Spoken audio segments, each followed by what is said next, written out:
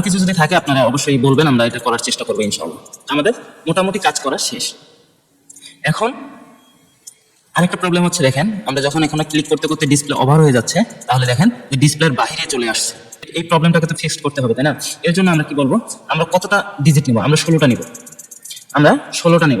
If যদি display dot text content length dot length যদি is equal to 16 হয়, 16 হয়, তাহলে তুমি রিটার্ন করবে। এখন দেখেন 1 2 3 4 5 6 7 8 9 10 11 12 13 14 15 16 আর আসতেছে না। দেখেন 16টা নিয়েছি, 16টার পরে আর আসবে না।